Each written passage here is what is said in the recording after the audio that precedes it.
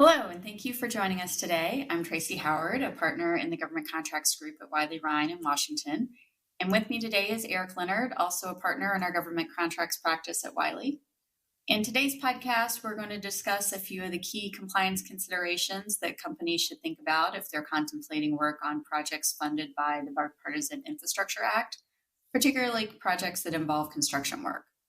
As is the case whenever a company is doing business with the federal government, with opportunity comes obligation.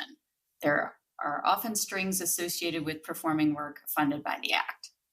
Some of these issues are common to all large construction projects that are performed under even a traditional federal contract award, but the nature of these Infrastructure Act projects also may implicate state and local compliance issues that can further complicate planning for compliance.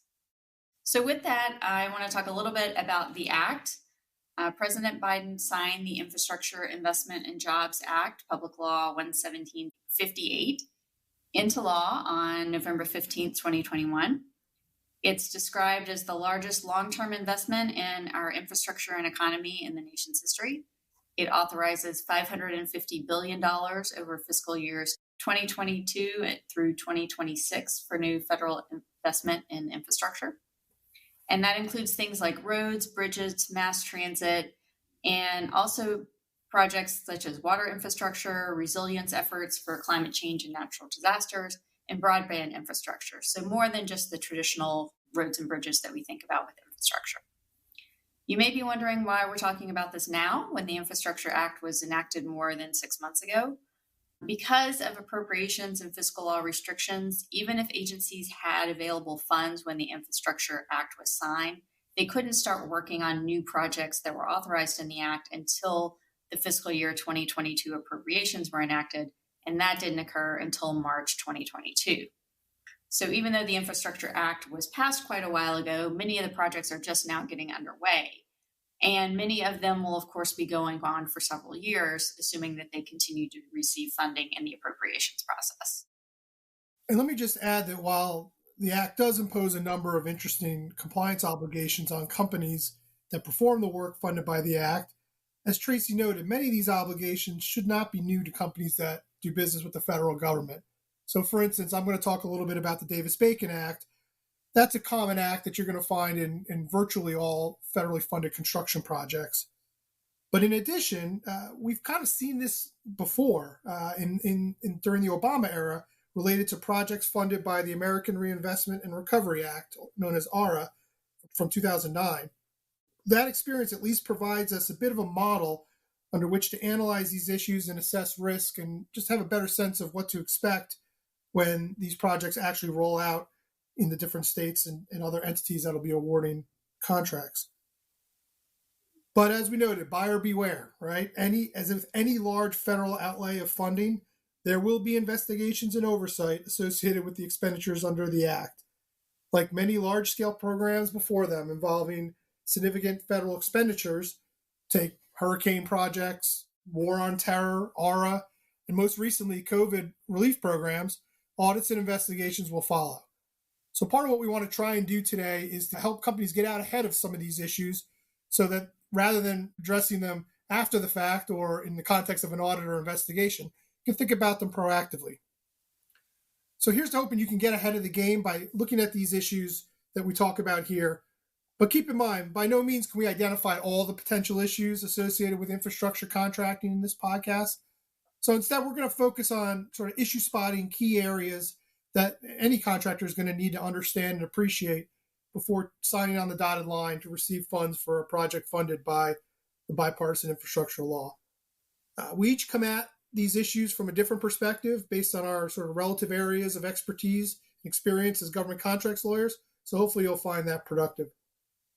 So why don't we get started? Tracye, from your perspective, what are some of the compliance areas that you think should be on any prospective contractor's radar screen? Yeah, so in terms of traditional federal contracting issues, I would say domestic preferences is a big issue in the Infrastructure Act. There are a number of provisions focusing on that, and they will affect contractor supply chains for projects that are authorized by the Act and government contracts more generally. So unlike what we saw with the Recovery Act back in 2009, For the most part, these provisions apply to all government contracts and grants. They're not setting up a separate set of rules and regulations for the Infrastructure Act projects. This is a good thing for companies that are already performing government contracts because they're not going to have to set up two different sets of compliance systems.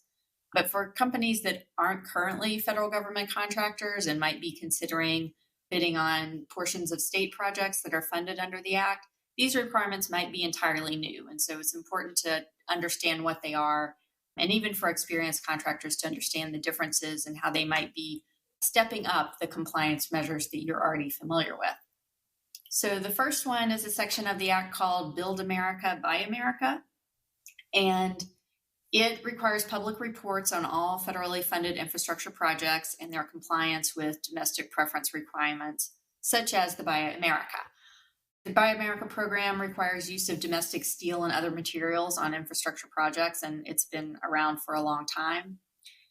These reports, which are new, will specifically identify deficient programs that don't meet the domestic preference requirements. So I call this the public shaming part of the Act.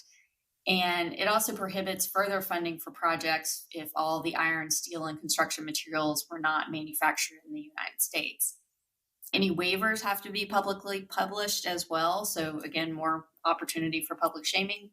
And for those who are already familiar with the current Buy America requirements, you may need to tune back into this because the Act expands both the types of projects and the materials that are covered. So it now applies to structures, facilities, and equipment beyond the traditional transportation projects that you might be familiar with, and includes projects like water infrastructure, broadband infrastructure, and electricity generation and transmission, as well as materials such as glass and optical fiber, lumber, and some plastics and polymers. So going well beyond the iron and steel that you might be used to. So with all that in mind, it's a good time for everybody to go back and review and update your Buy America policies and procedures, even if you feel like this is an issue that you've had well covered in the past.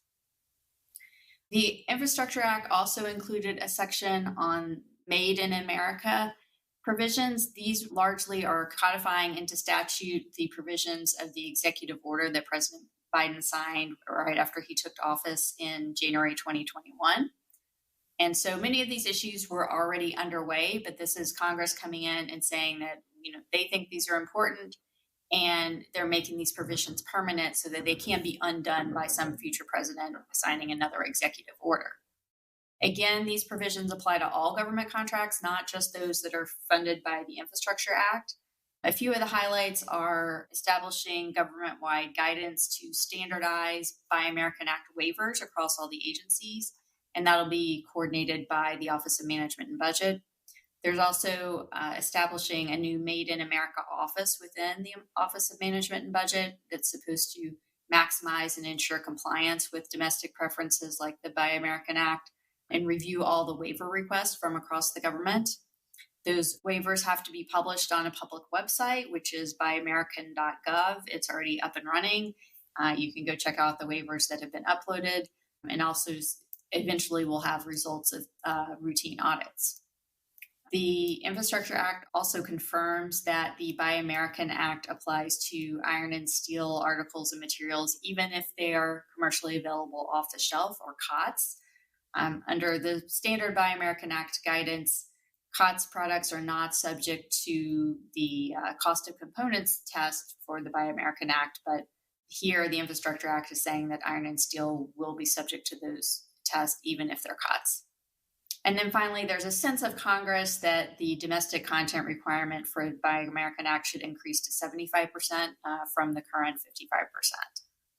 The Infrastructure Act also includes a Make PPE in America section that says the government should award long-term contracts for domestically manufactured PPE, trying to avoid some of the issues that we ran into with COVID, with the shortage of domestically produced things like masks and gloves. And again, this isn't limited to projects funded by the Infrastructure Act. And then finally, there's a forced labor provision that requires coordination with the U.S. Customs and Border Protection to, quote, ensure that no illegal products or materials produced with forced labor are procured with funds made available under this act.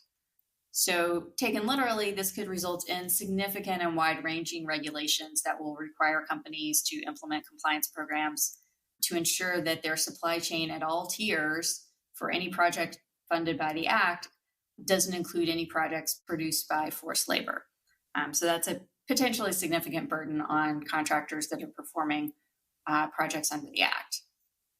Well, yeah, and speaking of labor-related obligations, there's a big one tagged to infrastructure-funded projects, and it's not a new act by any stretch. But the Davis-Bacon Act I mentioned earlier is an act that's kept federal construction contractors awake at night since the 1930s. But in this context, I see new compliance challenges associated not only with applying some of the substantive requirements of the act, but other challenges surrounding implementation and oversight, as well as an ongoing effort that's now in process to change the Davis-Bacon Act in some key areas. So there's a whole lot of moving parts that I just want to highlight here for anyone that's again thinking of pursuing one of these projects. Understanding the current context, I think, is going to be very important. Of course, at its most basic level, the application of the Davis-Bacon and the Davis-Bacon and related acts to infrastructure projects is something to carefully consider. Right? As far as obligations at a high level, Davis-Bacon and Davis-Bacon and related acts, and I'll talk about them together. One is federally funded finance projects versus contract awards, but for purposes of our discussion, I think we can discuss them together. But those acts require contractors to pay prevailing wages listed in a wage determination applicable to the project to all covered personnel, keep accurate records of hours worked and wages paid, flow down these obligations to their subrecipients or subcontractors, and submit certified payrolls that contain potential criminal liability for violations or falsity. And the penalties for noncompliance with the Davis-Bacon Act are harsh and include possible debarment for violations. The payment of Davis-Bacon rates to workers under infrastructure projects was a core component of the Infrastructure Act. And there's multiple ways that the infrastructure bill that the Davis-Bacon labor standards may apply to your project. One may be you have a situation where funds are added to programs previously authorized as a Davis-Bacon related project and new infrastructure funds are added. That may, again, bring these obligations to the forefront.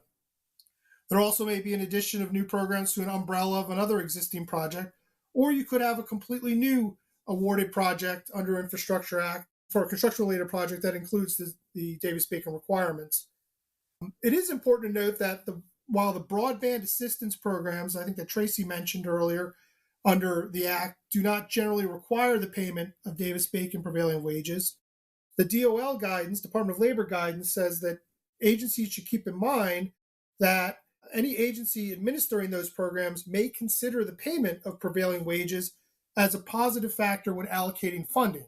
So what does that mean? Well, I think bottom line is the Labor Department is supporting the idea that payment of Davis-Bacon wages should be encouraged and therefore used as, I won't say an evaluation factor, but something like an evaluation factor when evaluating a project that relates to broadband assistance. So while just ensuring compliance under Davis-Bacon can be challenging and cumbersome enough, we work in this area and we see compliance actions and we see false claims actions and all kinds of other oversight and compliance. The upcoming changes to the Davis-Bacon regulations that really are just in the process now are going to really complicate this effort. These changes have been referred to as a modernization and are really the first major changes to the Davis-Bacon Act in many, many years. But I think this is really going to not only be challenging for current contractors that are familiar with the Davis-Bacon Act, but particularly for contractors that we like to call the non-traditional government contractors that we tend to see in projects like funded under mechanisms such as ARA or the infrastructure project.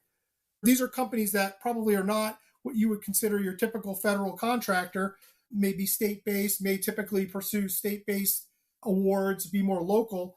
These are contractors that probably don't have as much of a working familiarity with the Davis-Bacon Act.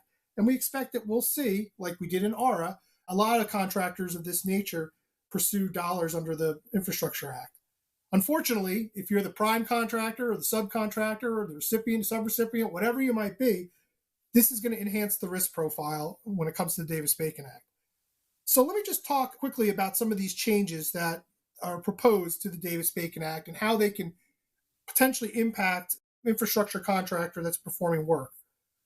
First, I think it's important to know that changes are coming to the Davis-Bacon Act and that the regulations that are in place today may change midstream during performance. So I think you need to be nimble and make sure you have someone following the status of these changes and mechanisms built into your contract to ensure that if changes are made, that they're flowed down properly and everyone in the chain of performance is made aware of them. One proposed change that could have a significant impact on infrastructure contractors is the proposed expansion of the definition of the term site of work under Davis-Bacon. Traditionally, the site of work is the defined location where Davis-Bacon rates must be paid to workers.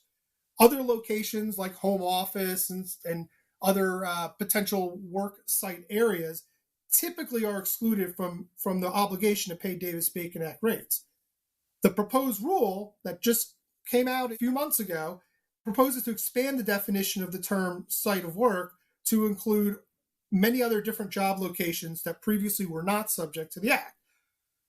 So this will be a challenge to address from a pricing and an operational perspective, particularly if you have a situation where there was only one site was included or priced to include Davis-Bacon rates, and then 6 months into performance, 2 other sites are now fall under this definition of site of work. And it's not just the site of work change. There's also other changes related to how Davis-Bacon Act rates will be developed and updated that could have significant impacts. And let me just skip to the not-so-surprise ending on this one. Davis-Bacon Act wage rates are going to go up, not down. DOL is proposing to go sort of back in time, if you will, as part of their modernization effort to use their old method for how to develop Davis-Bacon Act wage rates. And not to go into too much detail here, but review of that methodology and how it would play out in real time, it makes it pretty clear that that's going to result in a lot of localities' wage rates increasing. But not all the changes are bad for contractors. There's at least one effort to reduce the number of wage conformances a contractor must pursue at DOL, which should make that process a little less complicated, and that's a positive development. But there is one further change to potential scope of coverage that I think is going to present some significant challenges, especially for contractors that aren't used to performing DBA-covered work. This change would permit the Davis-Bacon Act requirements to be read into contracts by operation of law, even in situations where the DBA clause is omitted, whether intentionally or by mistake, by an agency in an awarded contract. So let me just throw that out there again. DOL is proposing, and this goes beyond just infrastructure. This goes to all construction projects, but the proposal is to apply Davis-Bacon to contracts, even in situations where the clause is not included. This is a dramatic departure from precedent, and as you can imagine, will probably result in some unwelcome surprises for contractors and subcontractors caught up with an incorporation of the Davis-Bacon Act by operation of law after the fact. For infrastructure projects, it's pretty clear from the statute that Davis-Bacon will apply unless you have some type of project where it's been excluded and Davis-Bacon's not required, such as the broadband work. But nevertheless, I think this is going to cause a lot of confusion, particularly in circumstances where, for one reason or another, a clause, Davis-Bacon Act clause, is not put in any type of solicitation. And these are just a few of the changes on the table. So I think it's really important to have someone that's monitoring this. In May, comments were submitted in response to these changes, and 37,000 of them were submitted. So we've got a lot of interest, and there's a lot of people weighing in on these changes. And we don't know how it's going to all shake out, but definitely something worth monitoring since DBA is going to be part of these infrastructure-funded construction projects. And according to DOL, they expect they're going to finalize these changes by the end of the year. Seems pretty ambitious, but either way, it doesn't leave much time to prepare if you're going to have to, again, make adjustments, whether it's midstream performance or advance of performance, to deal with these changes to the Davis-Bacon Act. And the reason I harp so much on the Davis-Bacon Act is just because of the significant potential penalties for non-compliance. Contractors need to understand and appreciate the potential liability for false or inaccurate certified payrolls, the potential that funds will be withheld from your contract or other contracts for violations to pay for any back wage payments, and that there's joint and several liability for violations by any of your subcontractors. I've seen this worst case scenario play out on projects funded by the American Recovery and Reinvestment Act, so it's not just a theoretical concern. We had a case that involved the use of subcontractors under an ARA-funded project where the subcontractors didn't even know what the Davis-Bacon Act was. And of course, ignorance isn't a defense. In that case, obviously it wasn't. And any false certified payrolls that are submitted can give rise to this criminal liability and or a False Claims Act case. So it doesn't take much to get yourself in hot water under the Davis-Bacon Act if you don't know and appreciate the scope of the requirements. Let me shift gears real quickly, and then I want to get Tracey's thoughts on this too, on some of the other state and federal interplay issues that we expect to see with respect to infrastructure. Some of the practical concerns surrounding implementation and oversight of the DBA and DBRA stem from the fact that state and local entities are likely going to be implementing a lot of the requirements under the infrastructure projects. This could be a challenge, not just with implementation challenges under the Davis-Bacon Act and including the correct clauses and DBA wage determinations and other aspects of the act that need to be included. But beyond Davis-Bacon Act, I think it's really important that you carefully check your solicitation RFP for an infrastructure project to see what, if any, state-based wage and hour statutes or regulations have been included with your contract. You need to be aware there are many states and local jurisdictions could have higher minimum wage rates than what's found in the Davis-Bacon Act. Some of these rates could easily exceed the one or two, if not more, of the relevant wage determination rates. And who knows what inflation is going to do to this rate structure on the local side in the near term. There's also a number of state-based paid sick leave laws that impose obligations on contractors and subcontractors involved in construction work. Now, there's a federal paid sick leave law that anyone that does work in this area would be familiar with. But a lot of these state and local laws deviate from the federal paid sick leave requirements, and in many cases either provide more generous paid sick leave benefits to employees or have different accrual rates, different rules with respect to how sick leave is treated once an employee leaves. Just for instance, District of Columbia paid sick leave rules have very different rules on accrual that vary based on business size. This is very different than the federal paid sick leave rule. New Mexico, who just recently passed their own rule, they have a rule that models after the federal rule, but provides for a higher amount of paid sick leave than federal. So all of these state paid sick leave laws, they're not uniform.